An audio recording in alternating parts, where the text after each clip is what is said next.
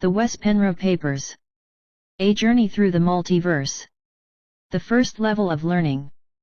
http://westpenry.com. Soulution Section. Soulution Paper Number 2, Earth as Real Estate. By Westpenra, Monday, July 25, 2011. Part 2. 6. The Purpose of the Human Experience. The purpose is for us as a bio-mind at this time is to abdicate multidimensionality and to understand we are not alone and isolated. This is an experiment where we agreed to believing we are isolated and to build a probable world where we forgot that we are connected to all things, where humanity forgot that we live again and again, where we perceive what happened as something long ago instead of sharing the present, and where the future is often some ambiguous, strange place that holds a lot of fear. This is a noble venture, and beings who agreed to take part of this experiment, which is the entire human race, are pretty brave. This venture has been going on for many thousands of years here on Earth. This experiment sprang out of the destructions that occurred on this planet about 13,000 years ago, half of a great year being a full galactic year cycle, which is 26,000 years. We are talking about the destruction of Atlantis and what came about after that destructive event, which had its climax then, but had many things happening that were building up to it. Destruction can't happen unless it's created, it doesn't happen by itself. This planet is a trading group, a playground, a place where consciousness is allowed to express itself. It's a library, and what is a library? It's a place where things are borrowed but must be returned. And if it's not returned, there is a fee. That's a good analogy. All the animals, all the plants, most of them were not seated like is normal on most other planets, referring to those planets that are not living libraries, but life was brought here from a huge variety of planets throughout cosmos. Thus, most of these life forms exist elsewhere, the lion, the butterfly, the rose, the bull, the cow, you name it. This is also where we meet up with our soul friends and soul mates. The Pleiadians even say that the 21st century is a time where we connect with old friends, it's like a reunion. We are meeting with people we are feeling a great connection with. Within the next few years, the world will tumble around us and many will be in shock, even those who thought they wouldn't. However, it's the end of what doesn't work anymore and the building of something new. And to build something needs to be destroyed. Old paradigms, old ways of building civilizations must die and new roads for the future need to be paved. These are very exciting times if we can journey between the turmoil. Things we have taken for granted will disappear, and many of us need to be self-sufficient, go back to gardening, barter, smaller communities, return to nature, big changes, because we are spoiled even in our prison state. Some will wish themselves back to how it is now, and even though cities will still be there, where they don't get destroyed, and technology will develop, not everybody is going to be welcomed there, either. They are building a new human race that is more like half machine, half human.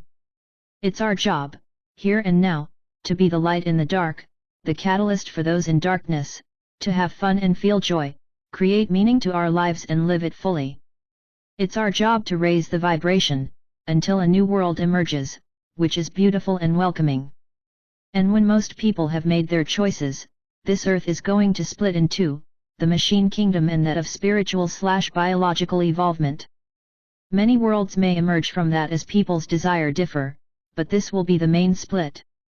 Our purpose is to break out of linear time after have experienced it fully, and go back to being multi-D.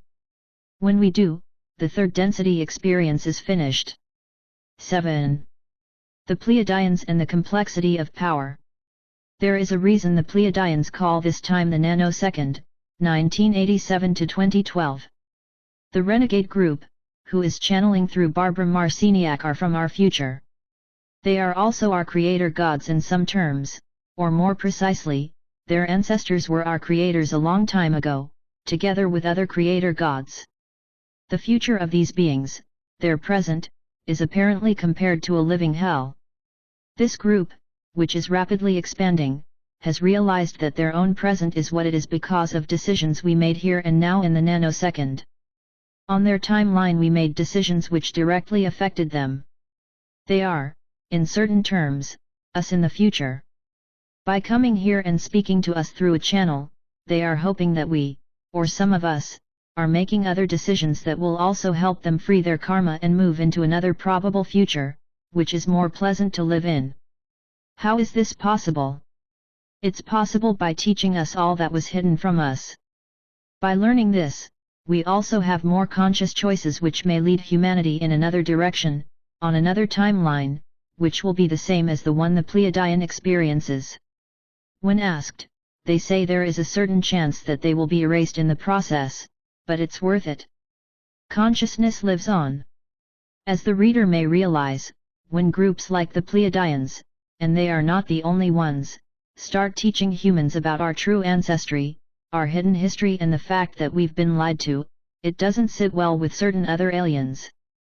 Still, there is little they can do to stop the truth from coming out. For those who are familiar with this Pleiadian group know that they are helping us to self-help. They are doing service to others by teaching us to think outside the box. They don't always provide direct answers, and the meanings are multi-leveled, but their teachings are always coherent. They have been channeling for 23 years as of this writing, and their early work is still coherent with what they are teaching now. I find this quite impressive and comforting. The fact is that without the wisdom they are sharing with us, we may have made decisions in this nanosecond which would have thrown most of us into the machine world. However, there are other teachings that take on where the Pleiadians leave off and are still intermingled with their information. The Guardian Alliance is one of them. Still, the latter is much more complex and may or may not have reached the same amount of people, and on the other hand perhaps not filled the exact same purpose. As usual, I suggest you take part of all this information, like I have, and make up your mind in what direction you want to go. I have my direction pretty clear, but it's all of our responsibility to decide which road each of us wants to travel. Before the Pleiadians started their mission here on Earth in 1988, there was very little material in this capacity. We had the Ra material, and the Seth material before that, and a few others as well, but the Pleiadians started a flood of channeling from other beings, who became inspired for many good and not so good reasons. The mission we are on is about freedom by freeing up the human DNA and make other probabilities. L. Ron Hubbard once said, "A culture is only as great as its dreams, and its dreams are dreamed by artists." This is quite true, and in that respect we all have to learn how to become artists and dreamers who can dream up our future. Like we discussed earlier, darkness is what is hidden and light is what is in the open. We, who have studied and researched the powers of darkness for years, have still only touched the surface. Unfortunately, many good researchers stop where the Rothschilds and the Rockefellers end. Or the Catholic Church, the Jewish bankers, the Zionists, etc. Others blame everything on Satan. No wonder this entity has so much power. If he was never meant to exist, he most certainly does now, because so many people continue creating him. Any and all of the above are just scapegoats or pawns in the game. When we reach the upper echelons of human power, there is always non-physical beings involved, or those who reside in the next, unseen dimension or density. To those who are looking for a single being responsible for the mess we're in, you will not find him. There is no single black magician in power of this planet or beyond. It's so much more complex and multi-layered. The ET issue in itself is very complex if we for a moment put our attention towards those whose imperatives clash with our survival. Even here most researchers are stopping at a certain point. They find an ET race through their research which quite obviously is pulling the strings of mankind and think that's it. No, it's not. There are multiple races in control here, different factions of governments serve different ETs, physical and non-physical. Some of these races work together, something which is known in some cases, but not always. Intelligence work is done on this as we speak, and some races work alone. Others are just bands or factions of an otherwise quite benevolent race and have thus given the benevolent ones bad reputation. It's complex, and one of my next tasks is to separate out ET species from each other to see who is working together with whom, what their imperatives are, and how that affect us humans. This needs to be done, if only to understand what is going to happen in the near future and learn who is who in the cosmic drama. Some may say it's unimportant if we anyway are going to create another type of reality, and that is true, but the levels of deception are many, and the more educated we can be, the better prepared, and we are less likely to being fooled, tempted, or sidetracked. 8. Regaining sovereignty of mind. No matter what I say in these papers, there are always those whom from pure excitement would like to welcome the gods once again because they are curious.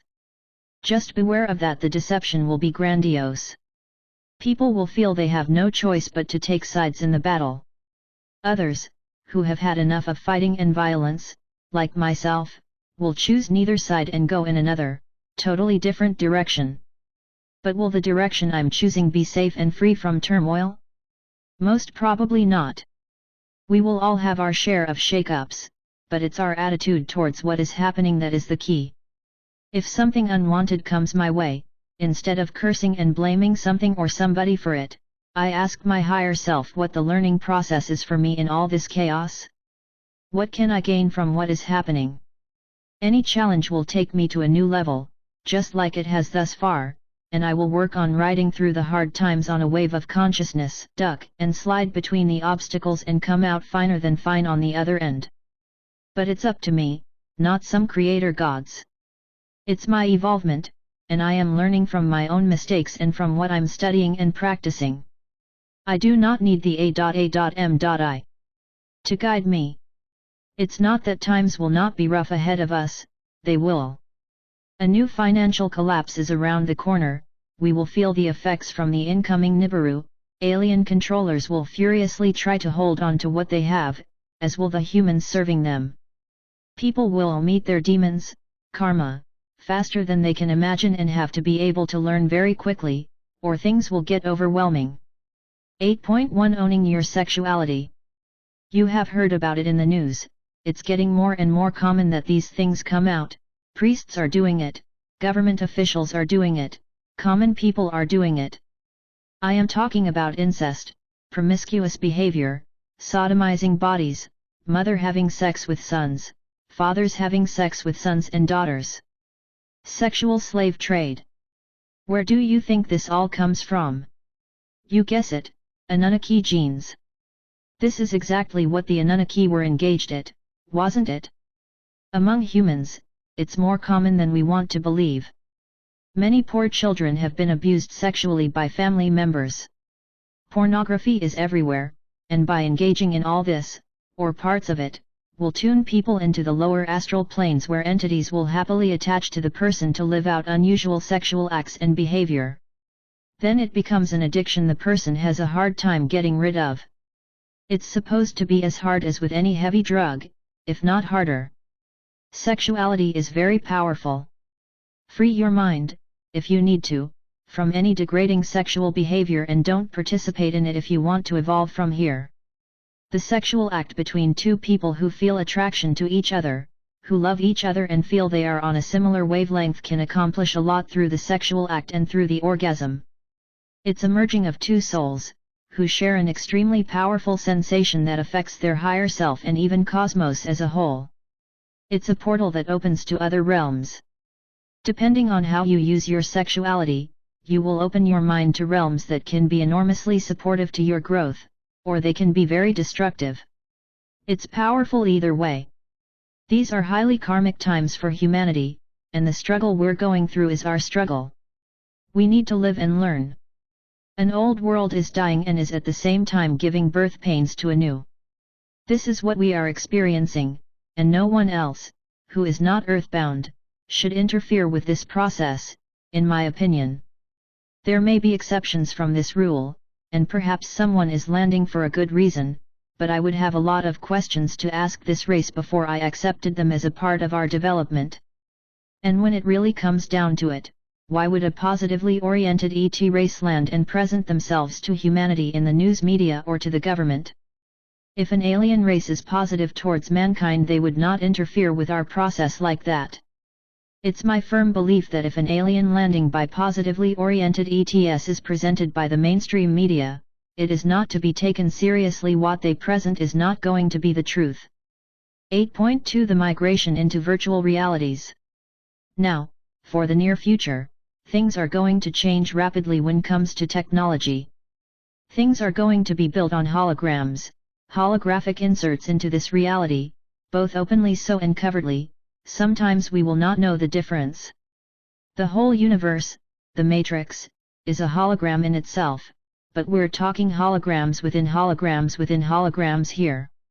We have already mentioned the machine kingdom, and the devices will be more sophisticated year by year for some time before it levels out. What is fashionable and astounding today is Stone Age next year. I am exaggerating a little bit, but you get the point. There's going to be great pressure to keep up with technology and go get the latest.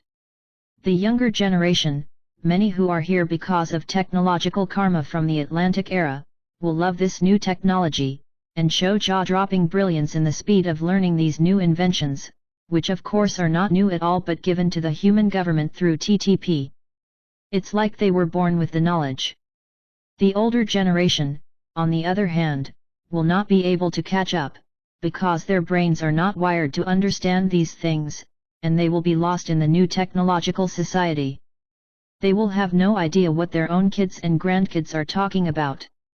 Already now we see children disappear into the virtual world and they can walk around like zombies from place to place, while constantly texting or using some other new device. Many of them are not aware of their surroundings and do not appreciate what is growing around them, the animal life, the smells, the beauty of the real world. We will have a few very lost generations ahead of us, playing out their karma.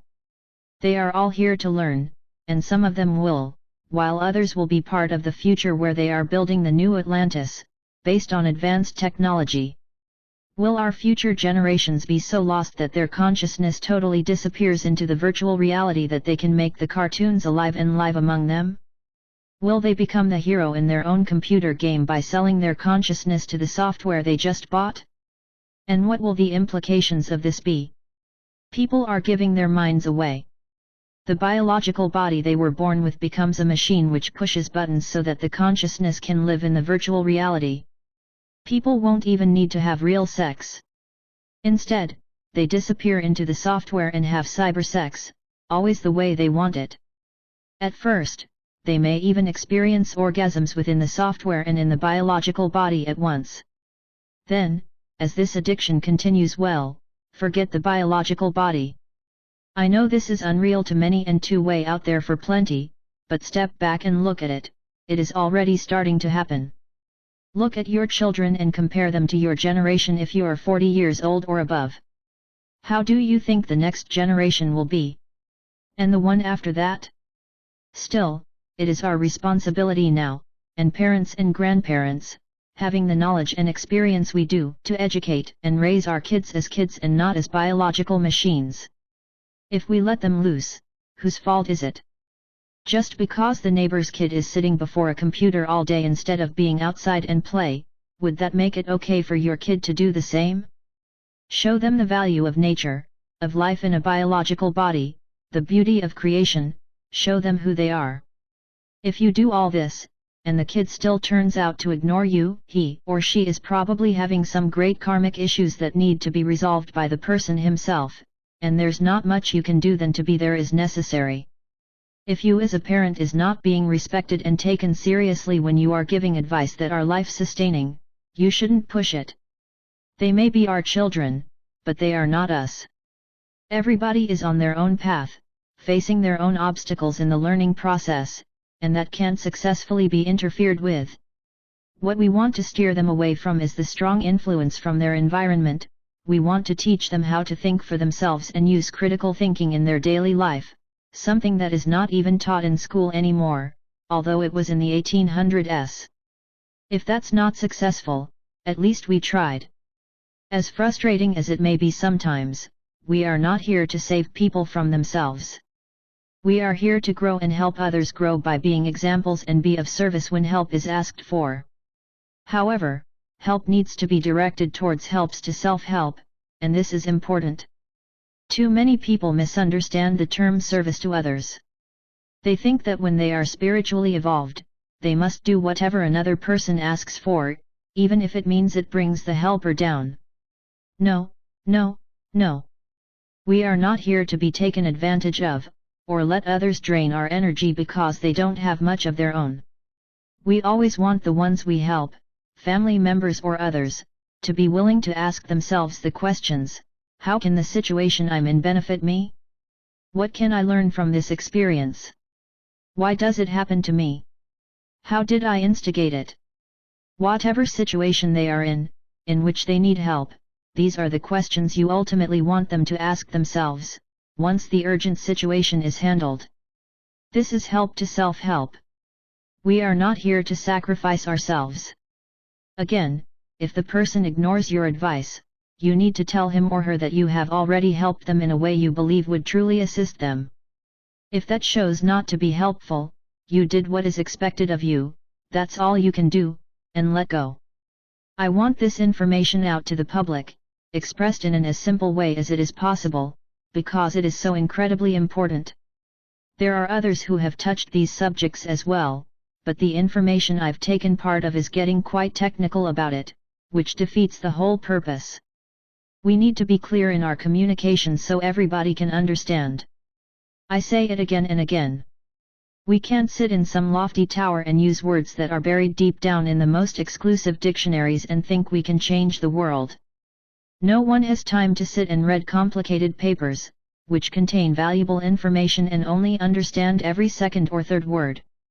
I started reading some interesting stuff from another author and researcher, whom had looked into our old ET history and the challenges we are facing when comes to artificial intelligence. However, it was written in a complicated language, which bothered me, but I continued.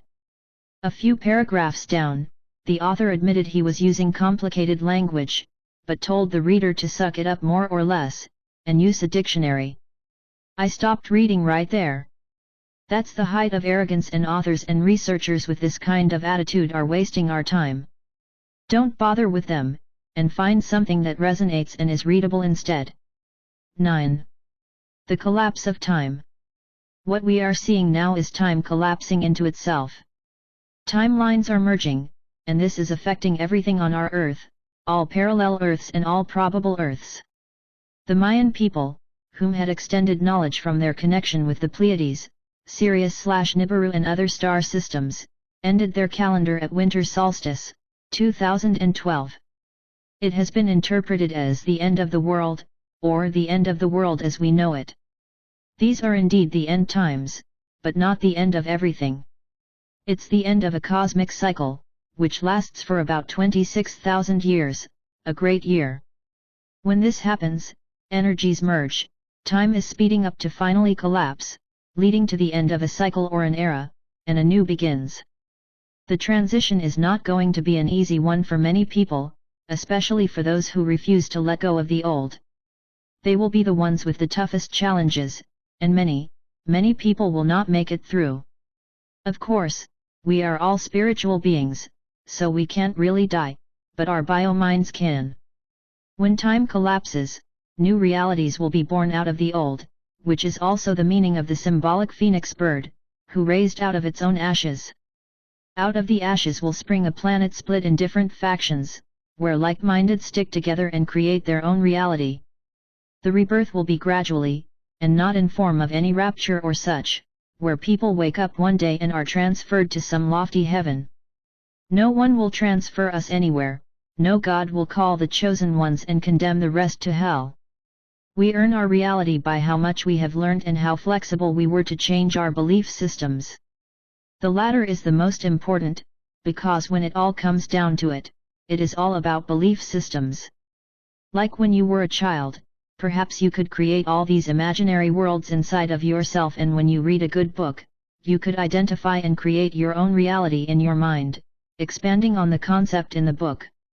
This is vibration, this is creation, the power of the mind. This is why it's so important to be sovereign and let no one else be in charge of you and your mind. No one owns you and no one has the right to force you to do something against your will.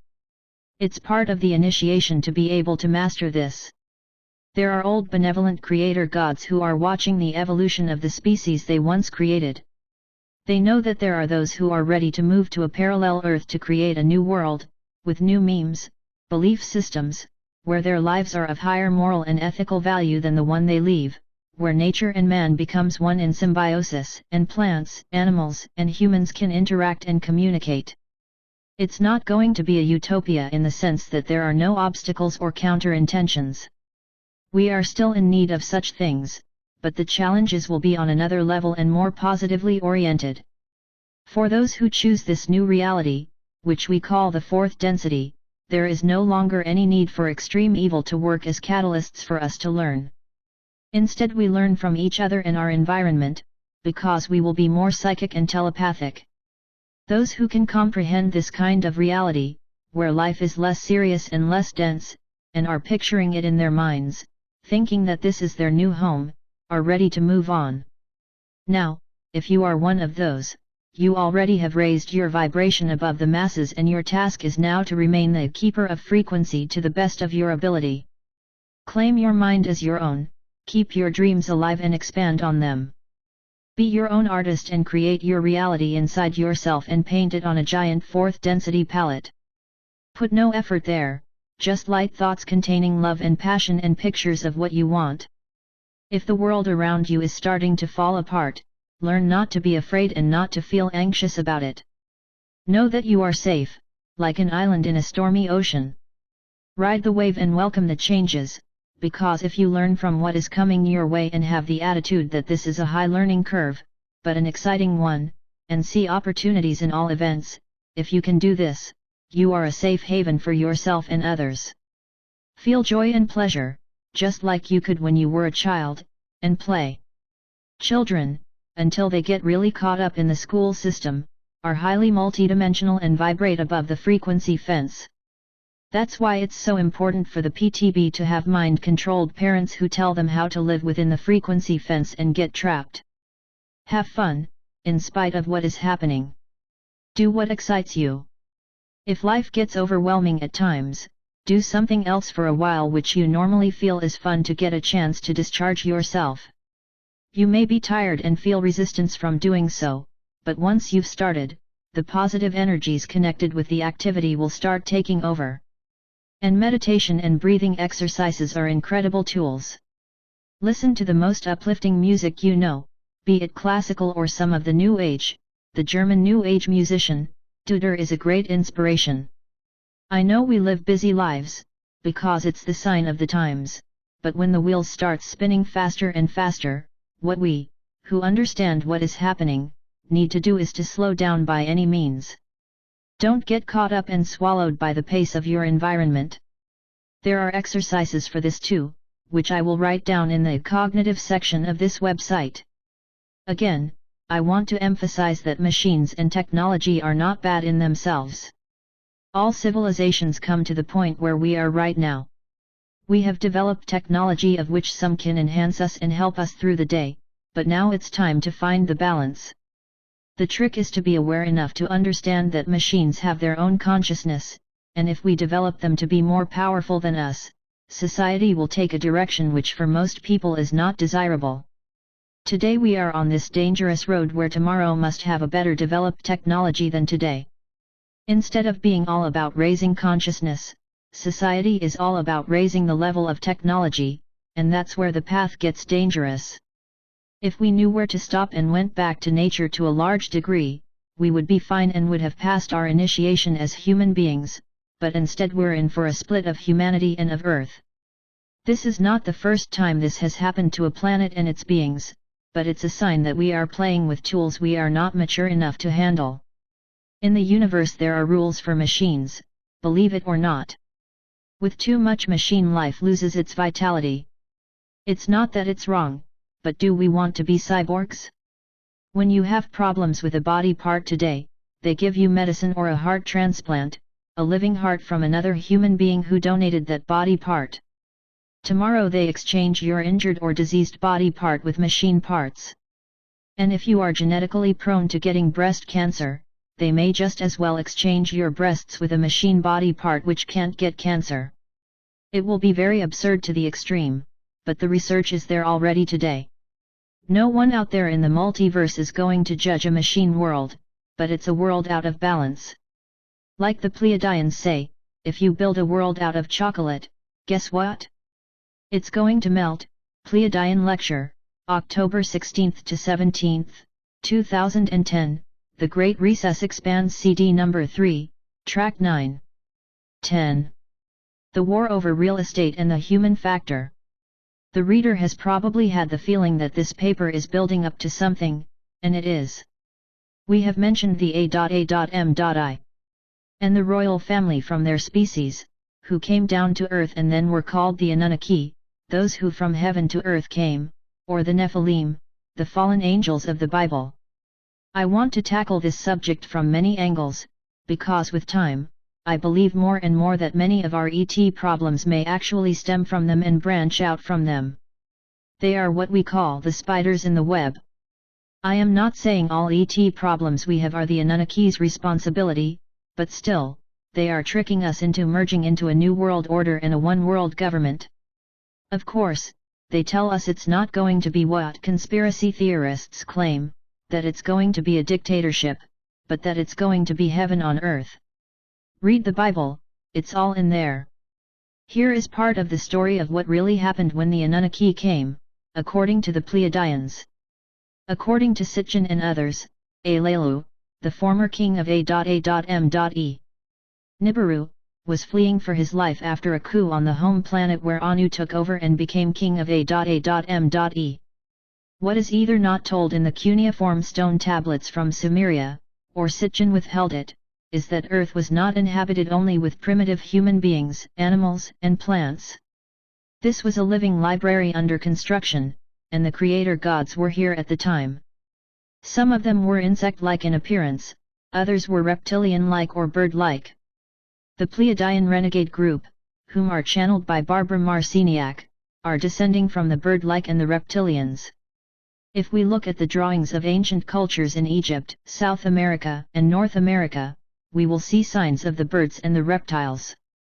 Why do you think native Indians wear feathers? Also, I've noticed something else that the reader may, or may not, have seen too. If you live in the Western world and are surrounded by mostly white people, you can see that we look slightly different. Some people are bird-like in their structure, with long limbs, thin bone structure, with quick, bird-like movements. I've found these people, and I know a few, being very open and spiritual in nature, often loners because they think outside the box, considered a little weird or off by the mainstream. Then we have others who look more reptilian-like, others look like frogs, bears, cats, dogs. We have all kinds of features, and it's very interesting to notice. The ancient creator gods were many in numbers and came from many different star systems and galaxies. If we are observant, we can see their features and traits in humans today, because it's embedded in the DNA. The Asian people, who are more of a hive community, were seeded to a large degree by the Greys who worked together with the A.A.M.I. We can clearly see the resemblance in their outlook. At one time, birds and reptiles worked together, other times they fought. We like to think of creator gods as some angelic beings who do no wrong and were next to some perfect god in appearance and in nature. This was not the case, some were warlike, others peaceful, some were both. Like we discussed before, just because someone has a great knowledge, it doesn't mean they have great spiritual awareness. The central race and those working directly with them are almost perfectly spiritually evolved, but those who came later may not always be. When a larger group of Anunnaki landed to take over real estate Earth, due to its incredible resources, which were both native to the planet, and had been seeded and planted by the original creator gods, there were, as we've mentioned before, already highly evolved humans on the planet, living together with other, less evolved beings. These highly evolved humans were also interacting with the original creator gods in a peaceful and constructive way. They did not know war at that point. The Anunnaki brought down war to the living library and had soon taken over the real estate. As we know, they are brilliant geneticists of their own, but there were those who wanted them to be expelled from the Creator God Club due to that they didn't value life. They are, like the Pleiadians say, uninformed, which means they don't understand the whole picture of reality, in spite of their knowledge of DNA and how to seed a planet. At least two vital things are missing in their own bio-mind: true love and compassion. These two terms have blended together in this species into passion. They seem unable to feel deep love, not to mention unconditional love. They are, what we call in metaphysics, service to self. Anunnaki women, like Inanna, is a typical example. She was very sexual and passionate, but her sexuality and love was only in service to self. These beings feed off our emotions. This is one big secret they never told us, and not even today, when they are directly in contact with certain human scientists on this planet, do they tell us this. The A.A.M.I. have, if we are to believe the Pleiadians, set up devices on Earth that can broadcast and magnify the emotional turmoil on this planet. That turmoil is sent to them, and it sustains them in some way. I have reason to believe that this species have outposts elsewhere in this solar system and that some of these outposts are still guarded by them in real time. One of these outposts is the Moon. Sitchin even says that the Moon is not native to this solar system, but is one of Nibiru's old moons, which was dropped from its orbit around the huge red planet during one of its crossings. Therefore, it shouldn't come as a surprise if the A.A.M.I. claim our Moon as theirs. One of the unofficial Apollo missions filmed the following on the Moon, something that looks like a city, but I have reason to believe they are giant antennas, and that they have everything to do with monitoring Earth. It would be interesting to see if we could find a corresponding device somewhere on Earth. We certainly have a lot of other clues around us that we are so used to that we don't even reflect over them. For example, take countries like Pakistan, and Anatolia, old name for Turkey, and these are just two examples. What does AN stand for? It stands for an Or Anu, the king of the Anunnaki. 11. Opening of stargates to let the A.A.M.I. in. In 2011, there are still people on Earth who treat these people as gods with capital G. They even call them gods, or Götter in German, and they can't wait until they come back, so we can experience heaven on Earth. And these people are reading history, the same history I have read, coming to totally different conclusions. Neil Freer is absolutely correct when he says we urgently need to break the gods' spell. These are extraterrestrials, not gods. That's lesson number 1. Lesson number 2 is that they are not our creators. I believe we are dangerously misled by Marduk, Ningishzida, the Enlil, and others of the clan that they created us out of poorly developed apes, enhanced our DNA and thusly sped up our evolution with perhaps 1,000,000 years. No, I believe it's the other way around. They halted our progress and got us stuck in third density after had been multidimensional.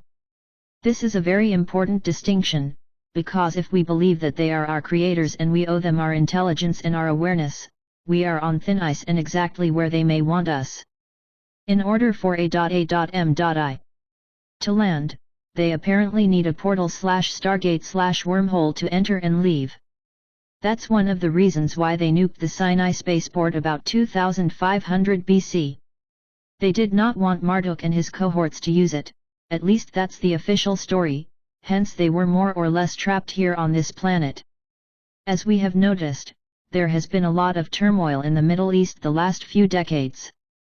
George H.W. Bush attacked Saddam Hussein in the early 1990s, and Hussein was taken out a decade later, although he had nothing to do with 9/11s. So what is this unsettlement in the Middle East about on a higher level? It's about the old Sumerian artifact and the old libraries which were in the possession of Saddam Hussein. On an even higher level it's about who wins the Sinai spaceport, and who is going to reopen the Sinai Stargate to let the gods in. On remote, this is also what the modern Thule society is doing, as described in my earlier book, The Myth Around Supreme David Rockefeller, 2009, with the vibration from sound/music. Not all Anunnaki are bad people, but by and large, it doesn't matter. Not all Americans are bad either, although it may have looked that way in the eyes of the North Vietnamese people, when the US soldiers came storming in. The Anunnaki are part of our reality. They may have done things to us that we don't appreciate, and we don't need to fight their wars once again. What we need to do is to realize they are real, and we need to forgive them and move on, not to interact with them again at this point. I am telling people all this to spread the information, but also to ask you to use the 6 heart virtues to forgive and feel compassion for this part of ourselves. If we hold grudges against anything, it will persist until we let go. But before we let go, we need to understand what it is we need to let go of. That's why information is crucial and withholding of the same so destructive. We may also want to forgive ourselves for the involvement we may have had in creating the situation we're in, because it's all about karma now. If nothing else, it's old Atlantis revisited, and especially people who are incarnated here in the US of A today have karmic connections to Atlantis and Mu. When we forgive ourselves and others, we really do it for our own sake. Then, if something positive happens on the other side, and those we forgive somehow respond positively, that's a bonus. Still, this is not necessary for it to work.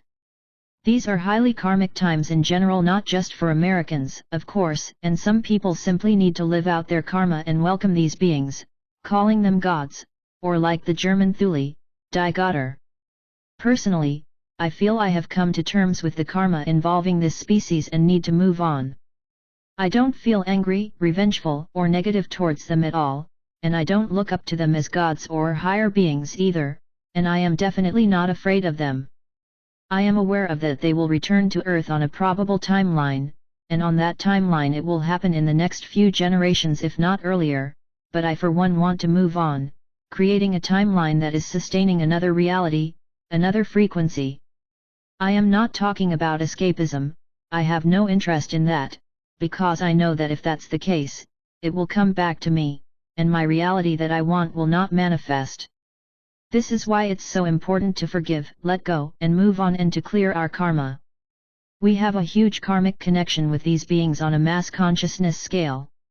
Those who are fighting over the Stargate to win the gods over are playing the same old game over again, repeating what should already be left behind as experience.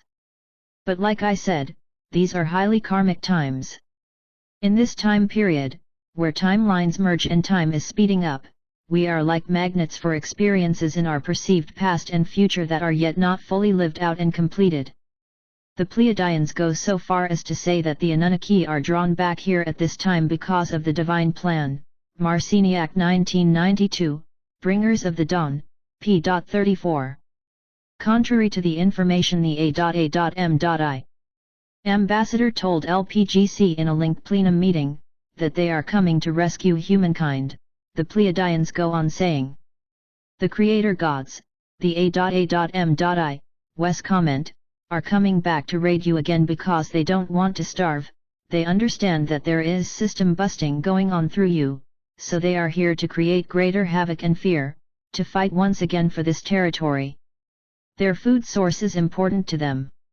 They are losing control of the planet, so they are going back to their prime portal in the Middle East, where their nest is located underneath the ground, to create fear and chaos. The original planners wish to bring freedom of choice with respect to frequency back to this planet. The gods who have been in charge here for this last period of evolution use frequency modulation and do not allow freedom of choice. They rob your psychic energy by giving you a false picture of reality in every way that you could possibly image. We are not saying these gods are bad. We are simply informing you of events that take place and of how innocently you become involved in these events. You do not realize that these situations are setups to get you to think or feel a certain way and to vibrate with a certain consciousness. Marciniak 1992, Bringers of the Dawn, p. 34.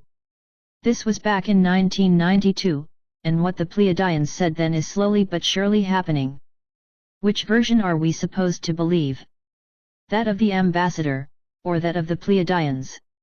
They pretty much contradict each other.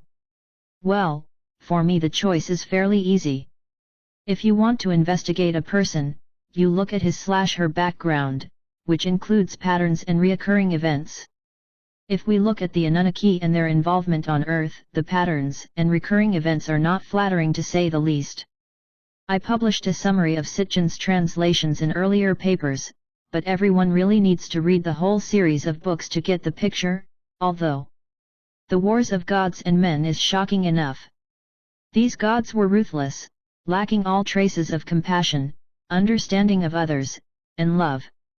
They chopped off each other's penises and testicles so the perceived enemies within their own lines could not mass produce any more, and they are responsible for the murder and genocide of the human race many times over. So, is it possible that they come back here to clear their karma?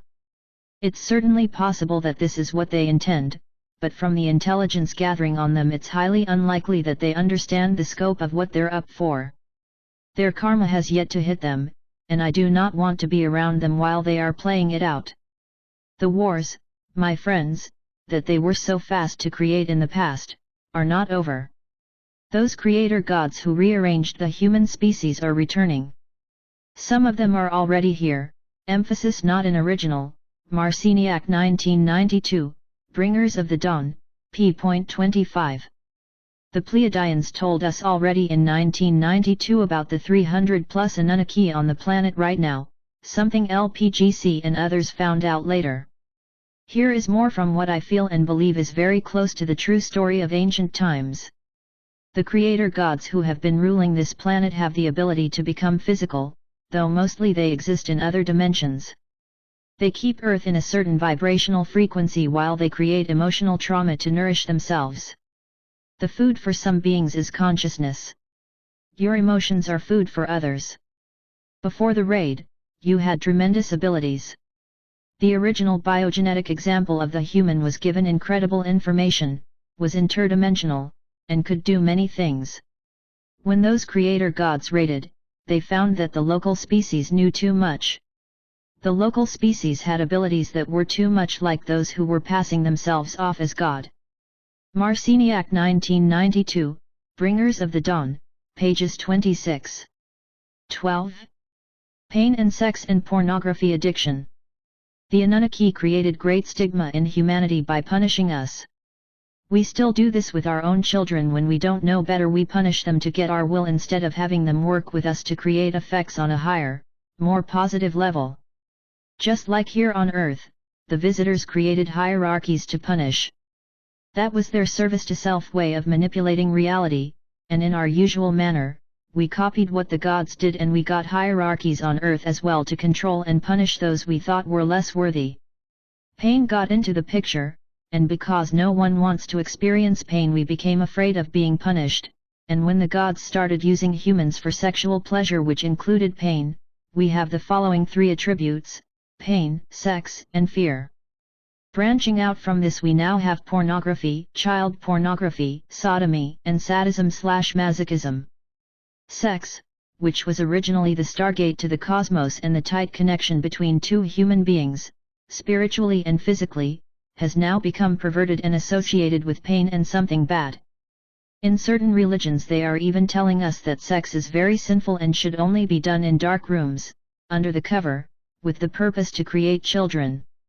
This is very destructive thinking, instigated by very sick and degraded people. Today, it's culminated with all these government people and others in respected positions in society, who have been busted with child pornography, incest, sex with minor of both sexes, sex slave trade, and the list goes on. We're once again back to Atlantis, where this was common trade as well, when the gods were still here and practiced all this in abundance. We learned from our masters. We are sexual beings and we need sex, not only to reproduce. The need for sex is embedded within our DNA. We can suppress it, but when we do, we usually don't do it easily, and if we manage, it feels like a sacrifice. Some people, due to cultural beliefs, think one should stay in a monogamous relationship and/or marriage with an intention to stay with the same life partner until we die, when possible. This is a very noble thought, and if it works out, it's probably a very good thing. You get to know the partner in and out, and if you have the right attitude to sex and know what it does on higher frequencies, you can reach the heavens together by experimenting with it. Your energies will merge with time, and not only during the sex act, and you have the chance to grow tremendously together. However, here is the catch. Societies which value marriage before everything else and look down upon divorce and relationships without being married contribute to the old pain and sex punishment doctrine. There are a high percentage of people in marriages who don't have sex anymore because they don't love each other, or they've grown away from each other. They still stay together, even when the children are grown, because they're supposed to. Due to their belief in this, they become sexually frustrated, feel they miss out, and at the same time have bad conscience why they don't have sex with their partner, pain and sex.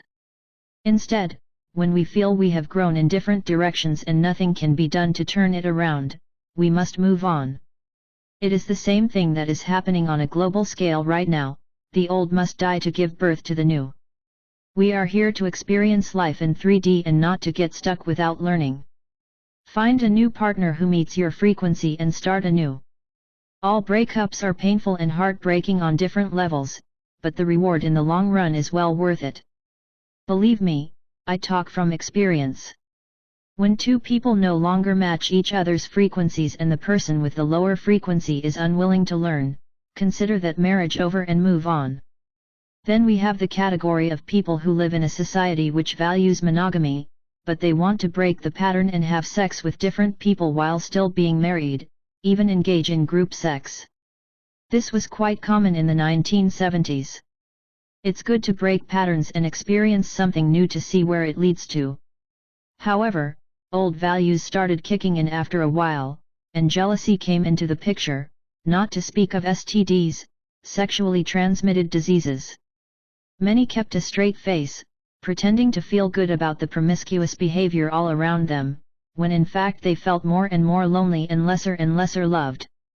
People never got the chance to grow together and feel safety and stability with each other when everything was just casual and there was very little genuine caring involved. One of the most destructive thing we can do is to engage ourselves in pornography. Unfortunately, it's everywhere in the Western culture, and it is addictive. People who've started seem to not be able to stop using it, and with time it becomes more important than having sex with a partner. Pornography addiction skyrocketed because of the internet. Not only is it addictive, messes up our sex lives, separate ourselves sexually from others, but it is also of such low vibration that the user and/or abuser stands a big chance to be subjected to entity, demon, possession. Bodiless beings in the lower astral planes love the sexual energies and to experience them, because you need a body to do it.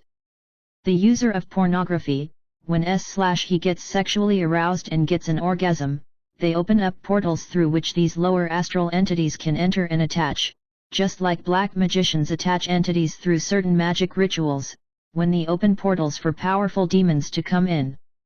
At least the magicians know what they're doing, most of the time, but the pornography user normally doesn't. The attached entity then uses the mind/body of the person who uses pornography and makes it into an addiction. It can become very destructive and degraded after a while. So, for the sake of the growth of your biomind and spiritual awareness, stay out of that and find fulfillment in other ways. Whether you have a partner or not, it's nothing wrong with masturbating, but don't do it while looking at pornography. Other cultures are used to having sex with anybody at any time, whenever they feel like it. Children or adults doesn't matter. If a child is old enough to have sexual feelings, it's okay to experiment. This is more common in tribes who live outside of our type of society. They have a more genuine caring and love for each other as a group, tribe, and can still feel the closeness with their partner. I bring all these different beliefs up, because that's all they are, beliefs. But when you put a belief system there for others to adopt and insert pain and fear into it, you will get serious problems. The Anunnaki knew this too well, and used it both on us and within their own hierarchies. In this today's world of functional insanity, people in Congress, the Senate, the office of the presidency, or the house of the Pope go to work in the morning and watch porn on the internet, physically abuse fellow employees or children sexually without thinking twice about it, believing they will never get caught. On the other end of the spectrum we have the common people who believe these insane persons who are supposed to lead our nations and our religious institutions are working for the best of humanity. Although the blinders slowly come off many people's eyes, it's still common belief. We cannot discern who is the bad guy and who is the good guy anymore.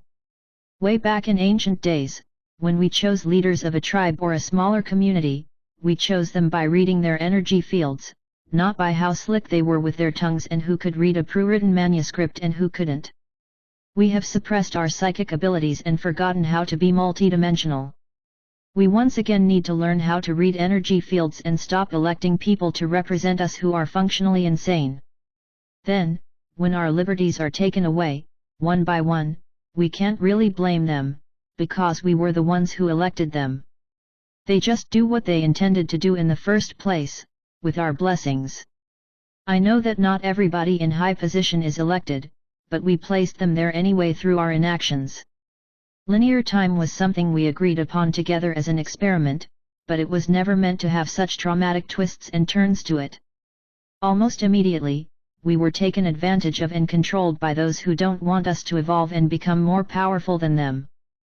Believe it or not, albeit we perceive our reality as linear, which means we have cut off most of our multidimensional existence, this 3D experience will make us very powerful once we've regained our multidimensionality. The controllers know it and want to keep us stuck in this reality for as long as it is possible, like pressing the lid down on a dish that is boiling over. Our reality is falling apart, it's easy to see. It can't sustain itself anymore, and that's because 3D reality and linear time have outlived themselves.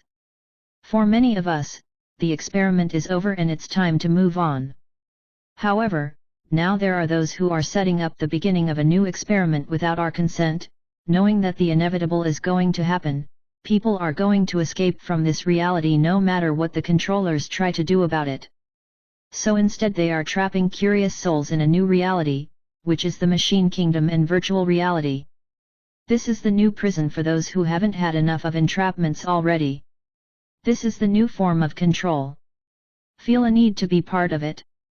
There are many young souls incarnated on Earth as well, and they are eager to take a ride through a free will 3D universe cycle, and by all means, that is what they may need to experience. There is nothing wrong with that. It's anyone's choice, but I know I'm ready to ride the phoenix and be born again out of the ashes of the old symbolic bird. That's why I am living in these times. 13. Numbers and Game Masters. I am not in need to live another cycle of time where the Anunnaki come down with our best interests in mind to create new laws to make us survive better, after we've been significantly reduced through wars, disease, man-made and natural disasters, but with the real purpose for us to keep on being minions to the gods. I don't need any more bloody sacrifices to the overlords, whether it's in form of animals or humans. I need not see how men are forced to give our women away to mate with sexually aroused aliens, who don't care if she's your wife, girlfriend, daughter, or friend. I don't need to hear my neighbors say, as long as we do what they want us to do, we're fine to make me feel better. Why do you think the gods wanted bloody sacrifices to take place? For food, of course. For food and for worship. Slice a virgin open, who has pure blood, innocent and still childish, and the gods would come to spice the sacrifice and eat. Same with animals. We are food source to them in many ways, physically and metaphysically. And blood is life force, and when blood is spilled in quantities, like in war, which is a sacrifice on a massive scale, someone's having a party, or in conjunction with fear and terror, it sometimes puts signals out through the dimensions. Same thing with the global elite and their occult human sacrifice, done on certain days with astrological significance, or based on sacred geometry numbers. They are obsessed with numbers. Why? Because numbers have meanings and power attached to them. The physical universe is built on physics, it's in the word.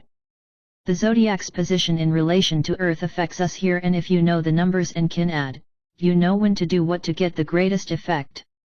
You don't learn these things in school. Here's a little exercise you may, or may not have heard of before. This one only works for this year, 2011. Take the last 2 digits of your birth year.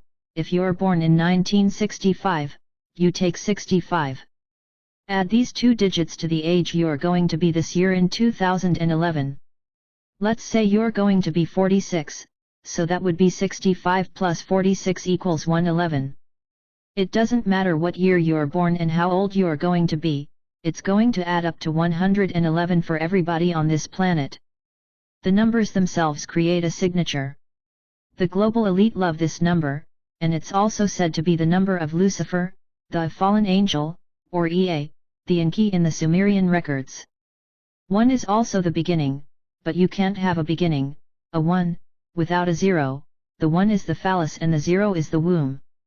3 ones add up to 3, which creates equilibrium, balance, and is also a Christian number, the Trinity. When you start playing around with numbers, you hear words that are telling a story. So, from 111 we get e.g. Trinity, male energy, Lucifer, and there is more. In this point in this sort of code is enveloping the planet. A mathematician would discover the numbers and find it to be a phenomenon and ask him/herself what are the odds for this to happen, etc., but it has to do with game masters and master numbers, and yes, they do mean something and can be used both for predictions and other purposes. So let's join in with the mathematician here and ask ourselves, what are the odds for this numeric combination to happen to 7 billion people at the same time? Also, it happens just in time for the alignment with the galactic center and the end of the nanosecond.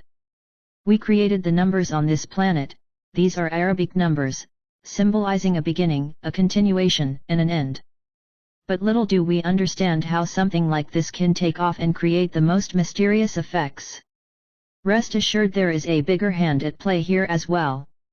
Game masters are often orchestrating reality in a numeric fashion. How many of you have, like myself, often found yourselves looking at the clock at exactly 3:33, 1:11, 7:11, 9:11, 3:45, 4:44 etc. What are the odds for that? Especially when it happens frequently, as it may during the nanosecond. It's the play with higher consciousness and we are now on a higher level of the game. When these things occur in your life, smile and say hello. I noticed, and I greet you. What can I learn from this? What can you teach me? And see what comes back at you. If you ask, you always get an answer in one form or another. Be perceptive. 14. Remote viewing within the military. I started this journey with the physics papers, and one of the first things I mentioned there was remote viewing. This is a big deal within the military, and Dr. A.R. Borden, before he left, was the executive director of the American Association of Remote Viewers 8, which means he was in charge of training people such as Ingo Swann and Harold E. Putinoff, both former OT3 Scientologists. I am not implying that Dr. Borden was a Scientologist, because he never was, but OT3 Scientologists especially, were trained in remote viewing by L. Ron Hubbard in the late 1960s early 1970s and seemed to be doing well once they defected from the church and were recruited by the CIA and the military. Remote viewing, as we have discussed earlier, is much more sophisticated today among rogue scientists like the LPGC, and I am not sure how much it has advanced in the government the last 40 years. Apparently, according to a Pleiadian lecture, Awakening to the Sun, August 13 and 14, 2010, CD number 2, track 7-8, remote viewers do no longer have to RV, remote view, into the future, because ETS have given them devices through the TTP, Technology Transfer Programs, which can show the future similar to what Galadriel did in J.R.R.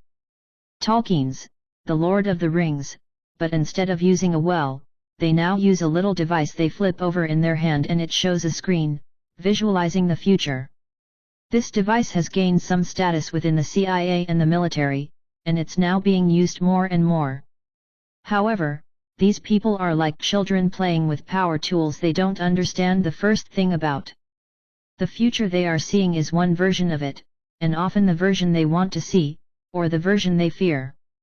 The ETS who gave them this device, and the Pleiadians are implying, covertly, that it's the earthbound Anunnaki, didn't do it to help us out. If you think about it, it's quite a dangerous device. If the people who watch the screen project a future that is not necessarily going to happen, they could make it happen. Atlantis Revisited.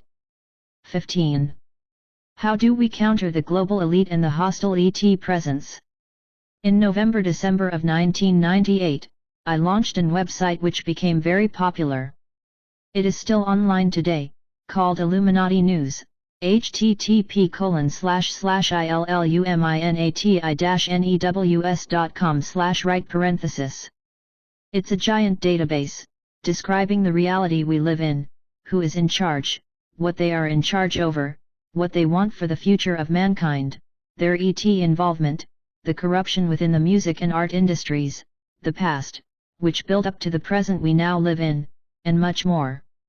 It's a mix of my own articles and that of others I've found of great value, collected over time and posted there. By reading from the articles, the reader learns more and more about the world around them, things never told in the media, in school, or in mainstream society. Not only because of my website, but thanks to thousands of others on the internet, and books that have been written by very conscious authors, people have woken up. The problem has always been that when people start realizing they've been taken advantage of and deceived and lied to by those they trusted, they sometimes become very angry. They want to go out and demonstrate, build militia groups whose purpose is to either kill government officials or infiltrate governments from within, or peaceful groups who want to find peaceful solutions to the problems. This is understandable, people want to do something about it. However, many good souls have played right into the hands of the global elite, unwittingly. People who demonstrate in the street are following global elite protocol. Then the police force can provoke the demonstrators and create a fight, and the media pick up on it and report about violent demonstrations outside the White House. It also shows it's useless to protest. The purpose is to create apathy, so people say that demonstrations don't work, there's nothing we can do. Others are overtly violent in their attempts to overthrow the oppressors. They create an even worse effect and can even provoke martial law if the government think it's appropriate. What most people who get involved in resistance groups like these mentioned above are not aware of that many of them are created and/or infiltrated by something called agent provocateurs, who pretend to be against the government, but are of the government, and they gather people together who could be a potential danger to the current order. It's a perfect way to get the names of these people and be aware of their whereabouts. I would say there is no resistance group of any importance that is not infiltrated by agent provocateurs. These agents may even suggest that the group uses direct violence against government officials, and before the group is acting out, the same agent is warning the persons the group is attacking and also make sure that police and military is ready to take counter-actions. Afterwards, all group members could potentially be tracked down and arrested. We can go on, but people want to know what to do about all this. How do we fight it? Is the question I get the most. My answer is simple: don't fight what you don't want, instead, create what you want. If you resist something, whether you fight it physically or in your mind, you will make what you resist even stronger. The solution is to acknowledge that negativity is there, but instead of fighting it, you focus entirely on what you want and start creating that instead. This is the ultimate solution. You can't fight for peace. I think it was David Icke who said, "You peace for peace." He is absolutely right. It's nothing strange with this. If you think it's not working, think again. This is energy at work, it's science. You attract what you put your attention on, it's as easy as that. Have you ever sat in a break room together with a team of co-workers? They often discuss what they read in the paper the same morning, and it's more often than not about war, terror, criminality, and other negative news. They all think it's horrible and there is always someone saying, "Look what this world has come to," or "What a horrible world we live in." The truth is that we live in it because we project it on a mass scale. This is why the media are there in the first place. They keep the reality in place that the global elite want. And we continue projecting their visions by agreeing upon their reality. Instead, the discussion in the break room could go, see what they try to create for us? Fortunately, I am not going to agree with that sort of thing. It is not happening in my reality, so I am just going to continue creating mine and let them play their games. I'm not going to be part of it by spreading their lies and terror around and solidify them. 15.1 David and Goliath. We have to cruise smartly. I have learned by practice how to create my own reality within myself and a safe environment around me. I feel like a big rock in a stormy ocean, and this rock is growing to become a mountain. Don't think you can fight the forces that are coming, and the ones that are here. They are way too powerful, we are not prepared for that, and like I said in the earlier section, it's not the solution anyway. We would feel like David in the biblical story of David and Goliath. Not only are many of these being giants from our perspective, but they are also much better than us to manage energy and light in particular. This is why it's so important for all of us to alter our realities so we can dance between the vibrations of frequency, or flip into the reality we want to experience. The era of worship has to stop. Worshipping gods have been one of the roots to all evil. There is no God to worship, the only God there is us in our unity and oneness with Cosmos, the multiverse, and the Prime Creator, of whom we are extensions. Is there something bigger than the Prime Creator? Actually, there probably is. The Prime Creator, as we see it, is still learning. Even it, and we, may be part of something even bigger, which in its turn is part of something bigger and so on. It's logical, because that's how everything seems to be structured in the multiverse. We are now able to perceive in all that is, whom we are part of, but if we can perceive it, it's not big enough. There is most certainly something bigger than the Prime Creator, which we can't understand on our level of consciousness. Our task now is to build our reality from inside, and not as receptors of the outside reality, the hologram created by other selves, by agreements and deception. The truth is inside and always has been. Once you have been able to consciously build your inner world, you will find happiness in yourself and excitement, hope, unconditional love, light and understanding. Then use your insights when you are operating in the outer world, and you will inspire others. This is the ultimate service to others. Why? Because of the ripple effect. You will spread your energies exponentially, and many will pick up on them, consciously or subconsciously, but you will be the spark to their own awakening. Be the keeper of frequency, the stable rock in the stormy ocean no matter what is happening in the outside world. This is extremely important. Don't let bad news bring you down. It is part of the initiation not to take in negativity that is manufactured to bring you down, and it's crucial for ascension that you learn this. Train yourself to do it every hour of the day. To be able to, you first need to have confidence in yourself and what it is you're building. While you learn, you will be operating more on light and love, light being the frequency of information and love that of creation. You achieve stability in this by knowing and understanding who you are, and that you are capable of creating worlds and realities inside yourself, and these images and energies can be shared with others by you just being yourself. This is not science fiction, it's how we build a new world.